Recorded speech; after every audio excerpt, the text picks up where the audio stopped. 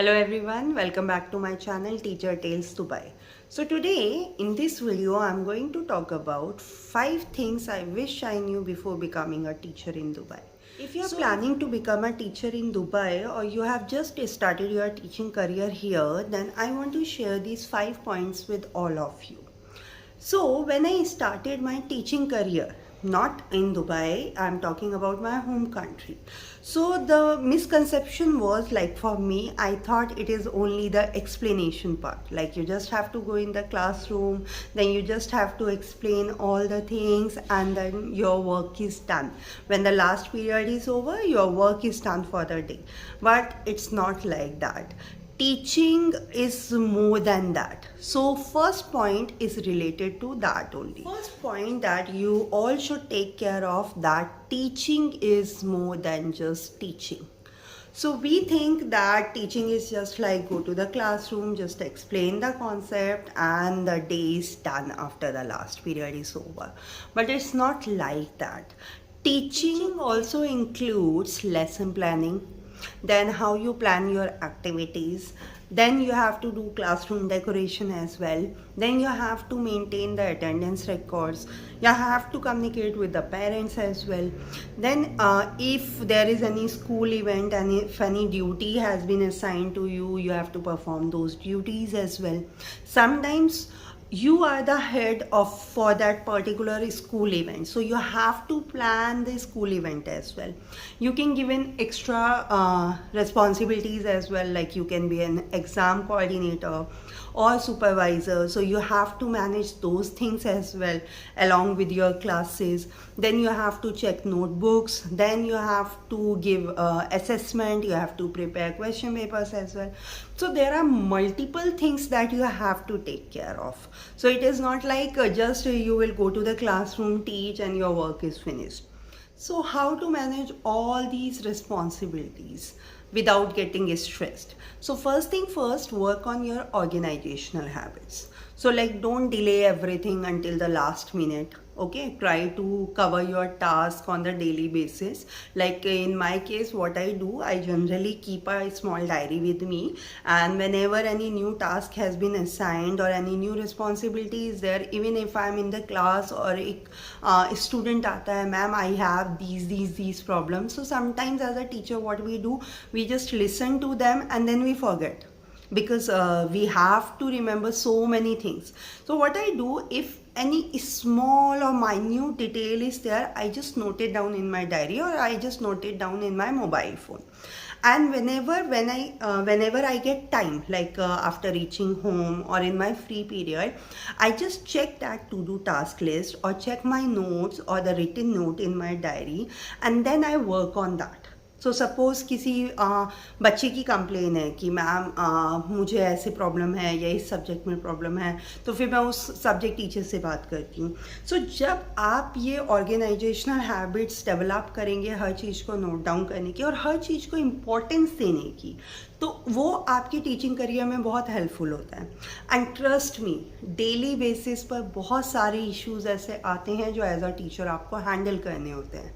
You just don't think that you will go in the classroom and you just avoid everything that they are telling you. They are your students, they trust you, so it is your duty to listen to them. So first thing, always prepare to-do list. Second, work on your Microsoft Office skills, because आपको बहुत सारे documents prepare करने होते हैं, आपको question paper prepare करना है, आपको PPTs prepare करनी है, और KSTA की वजह से दुबई में बहुत documentation होता है, तो आपको Excel पर भी work करना आना चाहिए. So I would suggest start working on your Microsoft Office skills as well. Mainly document prepare करना, एक्सेल पर वर्क करना एंड पीपीटी बनाना, क्योंकि अगर आपकी ये 3 चीज़ें स्ट्रॉन्ग है सो आपको वो डॉक्यूमेंटेशन में कोई प्रॉब्लम नहीं आएगी. So start working on these things. So this is our first point. Now let's move ahead to the second point. Is classroom management is more important than perfect lesson. So suppose आपने एक perfect lesson की planning की, आपका lesson plan ready है, आपके resources ready हैं, आपकी PPT ready है, बट आपकी क्लासरूम मैनेजमेंट स्किल वीक है, तो उस केस में क्या होगा, आपका वो परफेक्ट लेसन वर्क नहीं करेगा. आपने कितना भी अच्छा लेसन प्रिपेयर किया, it won't work if students are not listening to you, if they aren't focused. So what is the solution of that? So day one से जब भी आप एक क्लासरूम में जाना स्टार्ट करते हैं, first thing first, have that first introduction. First introduce yourself and then ask for their names, their hobbies and everything. I know एक दिन में याद नहीं होता है, because in my case also I have 5 sections and in each section there are 30 students, so you can imagine I'm handling 150 students on a daily basis. So it is not feasible to learn each and every name, but yes, by heart you should know about your students, like कौन सा student है जो किस तरह behave करेगा, इतना आपको idea हो जाता है. ठीक है, फिर धीरे धीरे धीरे धीरे आपको वो 150 नेम्स भी याद हो जाते हैं. It's not a big deal, क्योंकि जब भी आप 3-4 मंथ्स कंटिन्यूसली आप क्लासेस में जा रहे हैं, आप उन्हें पढ़ा रहे हैं, तो आपको धीरे धीरे सबके नाम याद हो जाते हैं. तो उसमें इतना ही स्ट्रेस नहीं लेना है. बट येस, वो इंट्रोडक्शन आपका होना चाहिए. देन आपकी जो एक्सपेक्टेशंस हैं वो डे 1 से क्लियर रखिए. लाइक जो भी आपके क्लासरूम रूल्स हैं वो क्लियर रखिए. Okay, so when I am teaching you, you have to listen. Okay, when I am explaining something, just keep your pencil down and listen to me. One thing more that I do, I always tell them, okay, show me your hands like this, now fold your hands, or Simon says. So they listen to your instructions. So set clear boundaries, set clear rules and repeat them on the daily basis. It's not like कि आपकी first class है और आपने वहाँ पे बच्चों को बताया, ओके ये रूल्स हैं, तुम्हें ये रूल्स फॉलो करने हैं, and then it's okay. No. Repeat them on the daily basis, जब तक वो उनकी हैबिट ना बन जाए. बिकॉज आपने रूल्स तो बना लिए हैं बट अब वो फॉलो नहीं कर रहे हैं. क्यों फॉलो नहीं कर रहे हैं? Because repetition is not there. Because after 2 or 3 class, now what we will do as a teacher, because हमें अपना सिलेबस कंप्लीट करना है, तो हम हरी में होते हैं, हम थोड़ा सा जल्दी सिलेबस कंप्लीट करना है, लर्निंग ऑब्जेक्टिव को अचीव करना है, तो हम थोड़ी जल्दी में होते हैं. बट बच्चों के साथ बहुत पेशेंस चाहिए. We can't be in hurry. So make sure you are repeating those rules and don't shout at them. Shouting, let me tell you, after 5 years of teaching experience, I can tell you that shouting is not the solution for these students. They will listen to you if you are building a strong relationship with them. And how to build that strong relationship? Just listen to them. A simple solution. When you are listening to them, see, आपको लगता है okay बच्चे जब बोलना start करते हैं बोलते जाते हैं, तो आप एक टाइम फ्रेम रखिए. Okay, in the first 5 minutes आप एक टाइमर सेट कर सकते हैं. Okay, I am giving you these first 5 minute of my period. Now if you want to say anything, if you want to discuss anything, go ahead, raise your hand and I will listen to you. Okay, or you can keep the last 5 minutes, but I keep first 5 minutes because then they are settled. उन्हें जो भी बताना है या जो भी आज special उनके साथ हुआ है वो उस फर्स्ट 5 मिनट्स में आपको बता सकते हैं, and then they are settled and then they listen to you. Third point is every student learns in a different way. So suppose there are 30 children in your classroom and they all have different abilities. So अगर आप सोचते हैं कि हम सबको एक ही वे में पढ़ा सकते हैं, you know as a teacher, I know as a teacher, it's not possible. So in our home country, I will not say अब चीज़ें थोड़ा चेंज होने लगी हैं, बट पहले ऐसा होता था कि एक सेट रूल होता था, हाँ, या सेट एक्सपेक्टेशंस होती थी. ठीक है, हमने एक ही पर्टिकुलर वे में पूरी क्लास को पढ़ाया और पूरी क्लास उस चीज़ को समझ गई या नहीं समझी, दैट डजेंट मैटर. फिर हम असेसमेंट लेते हैं, समेटिव असेसमेंट, और उसमें ओके जो भी मार्क्स असाइन करते हैं वो कर देते हैं. बट अब CBSE भी इस पर वर्क कर रहा है. इंडिया में भी चीज़ें चेंज होने लगी हैं, बट दुबई में ये बहुत डिफरेंट है. सो यहाँ पर जब आप अपना लेसन प्लान करते हैं तो आप 3 कैटेगरीज में स्टूडेंट्स को डिवाइड करते हैं: high achievers, middle achievers and lower achievers. अब हर स्कूल उनके लिए अलग अलग टर्म्स रखता है. ओके, सो कभी कभी हम इसमें बहुत सारे टर्म्स यूज़ कर सकते हैं, like fast trackers for high achievers, speedo runners. Okay, और आप और भी कुछ कोड नेम्स रख सकते हैं. बट हमें ये बच्चों के सामने कभी नहीं बोलना होता क्योंकि हम उन्हें लेबल नहीं करना चाहते हैं. This point is very important. Don't label any student here in Dubai. Don't do that. Okay? Whether the student is slow achiever. So आपको उस पर वर्क करना, आपको उसके बेसिस पर, उसके अंडरस्टैंडिंग के बेसिस पर आपको उसको क्वेश्चंस असाइन करने हैं, उसको हेल्प करनी है, लेकिन आप उसे लेबल नहीं कर सकते. Okay, you are low achiever so you have to do this activity. Please don't do that. Okay, so now what we do, so जैसे कि मैंने आपको पहले वीडियोस में भी बताया है, जब भी हम कोई लर्निंग ऑब्जेक्टिव लेते हैं तो हम 3 एक्टिविटीज़ लेते हैं. 1 activity is for high achiever, 1 is for middle achiever, 1 is for low achiever. But हम बच्चों को बोलते नहीं हैं कि ओके तुम्हें यही पर्टिकुलर क्वेश्चन करना है. हम उन्हें चॉइस देते हैं, select any 1 activity, select any 1 task and do it in your notebook. And अगर वो टाइम से पहले फिनिश कर लेते हैं तो हम उन्हें फिर बोलते हैं okay now go to the next activity. Like अगर आपने अभी रेड कोडेड वाला टास्क किया है, सो अब आप येलो कोडेड वाला टास्क करो. सो इस तरह से क्या होता है, कभी कभी जो लो अचीवर है, हो सकता है अब वो उसमें कॉन्फिडेंस डेवलप हो रहा है, वो हाई अचीवर वाला टास्क कर सकता है. सो इसलिए वो लेबल नहीं करना होता.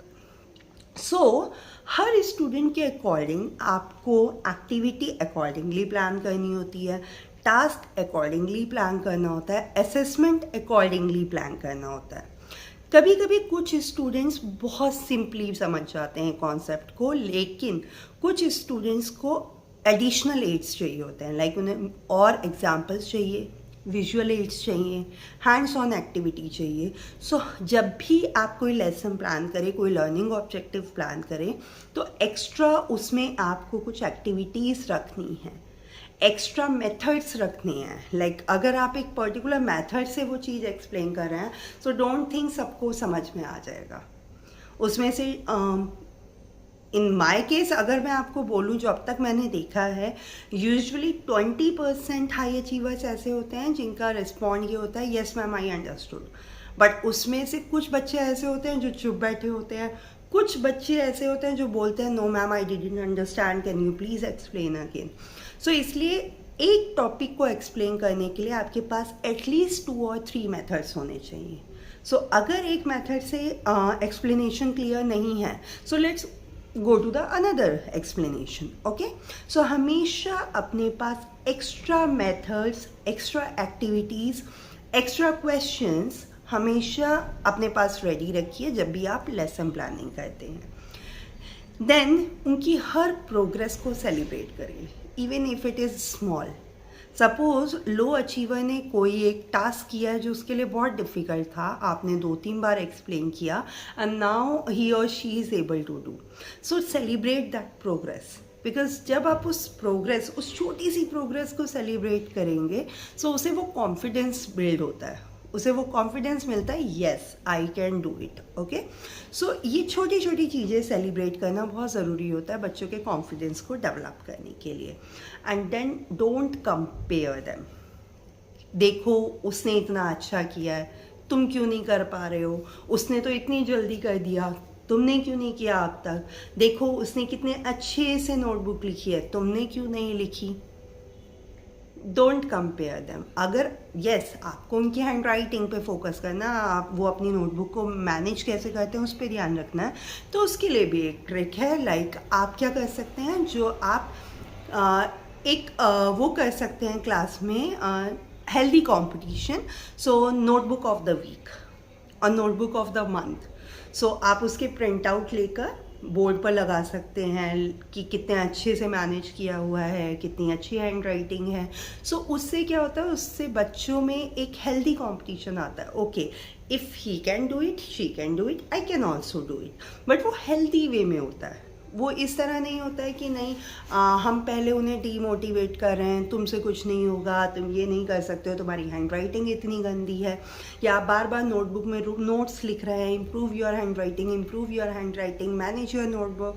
सो इन my case it won't, like in my opinion it won't work.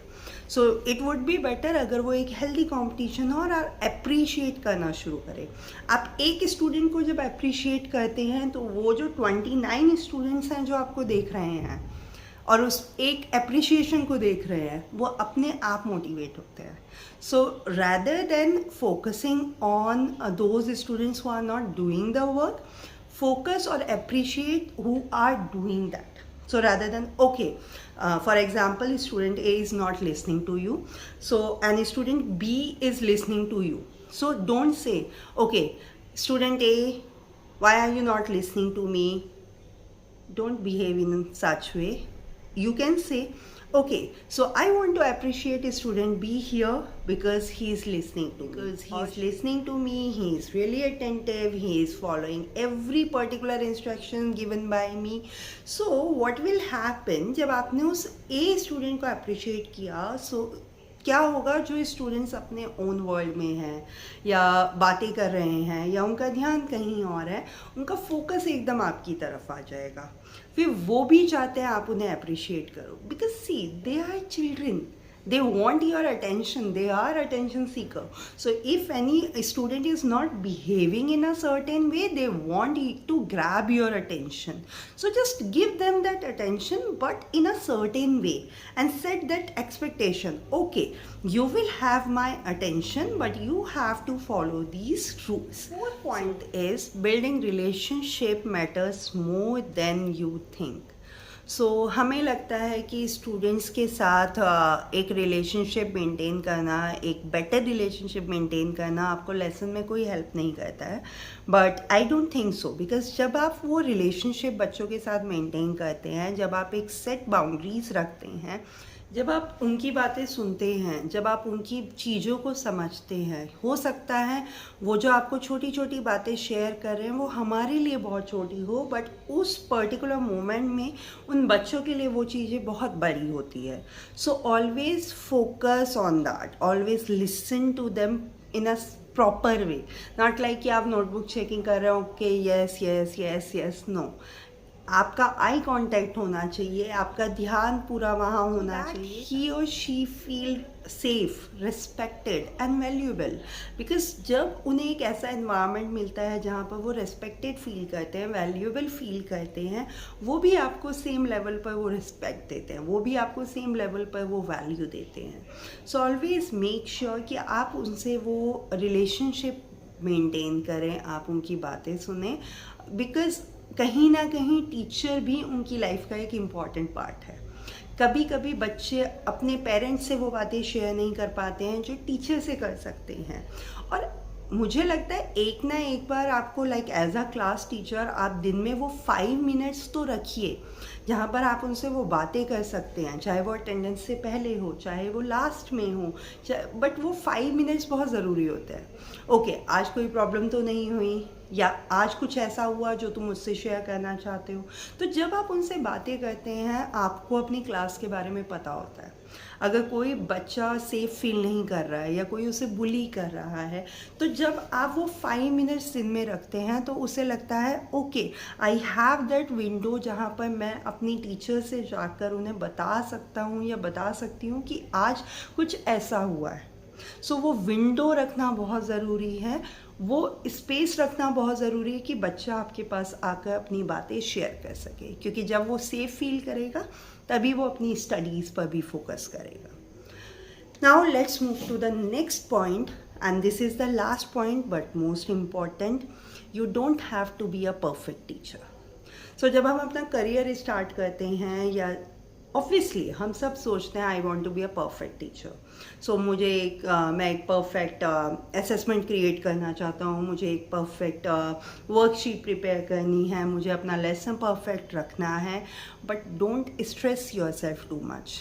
I am not saying don't create perfect worksheet, do that, but जब भी हम कुछ प्लान करते हैं, इट्स नॉट लाइक कि वो एक पर्टिकुलर वे में ही जाएगा, आपका एग्जीक्यूशन भी सेम होगा. हो सकता है आपकी प्लानिंग बहुत परफेक्ट है बट एग्जीक्यूशन वैसे ना हो पाए, because children they behave in a certain way. आपको नहीं पता, आज आपने एक परफेक्ट लेसन प्लान किया, आप क्लासरूम में गए, but students are like no ma'am, we don't want to study today, we want to have something fun activity today. So you have to change your plan accordingly, and always like अगर वो बोलते हैं okay ma'am, we want to have something fun activity today, we are not in the mood to study, So just tell them, okay, let's have a fun activity first. But after activity, we will learn something today, okay? Not for the whole period, just for 5 or 10 minutes, only for only of the introduction part. So in this way, you are taking their consent.